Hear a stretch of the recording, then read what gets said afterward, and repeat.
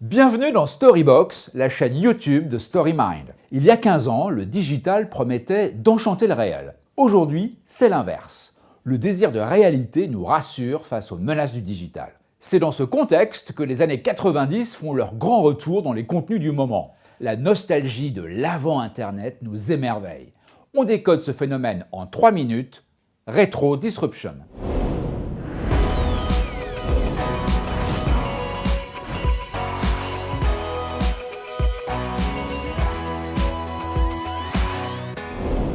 Depuis quelques mois, la défiance digitale gagne du terrain.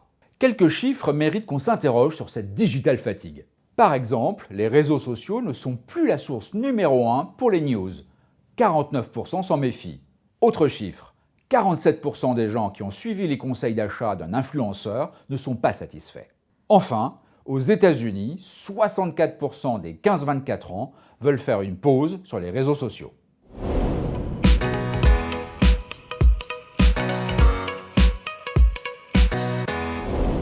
L'année 2018 aura été le grand retour des années 80 et 90. C'est dans ce moment de défiance digitale que la culture analogique passe de old school à new cool.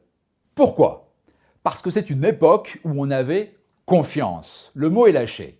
Confiance dans la technologie, dans la mondialisation, dans les leaders politiques, dans les marques, dans la pub, dans les médias. C'est-à-dire dans tout ce qui pose problème aujourd'hui. La liste de ce revival est impressionnante. Dans les séries télé, 13 Reasons Why ou Everything Sucks, dans la musique, avec le retour des Spice Girls ou les reprises de Kurt Cobain, ou encore dans la mode, avec le grand retour de Chevignon ou de Miss Creeks.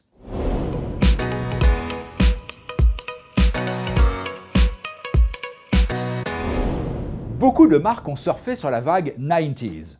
KFC, Just Eat, Atoll, Reebok ou encore Fila. Mais Skoda a poussé les curseurs plus loin que les autres avec sa campagne Moche dans les années 90. Le film est super drôle et la marque invite à poster des photos de soi à cette époque sur les réseaux sociaux. On regarde ce que ça donne.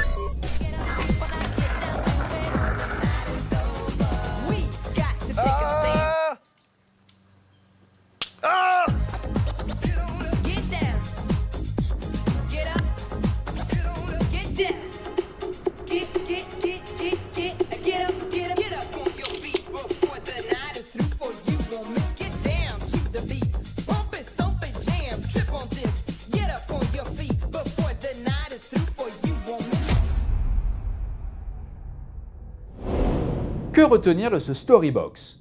Nous sommes entrés dans l'après-disruption.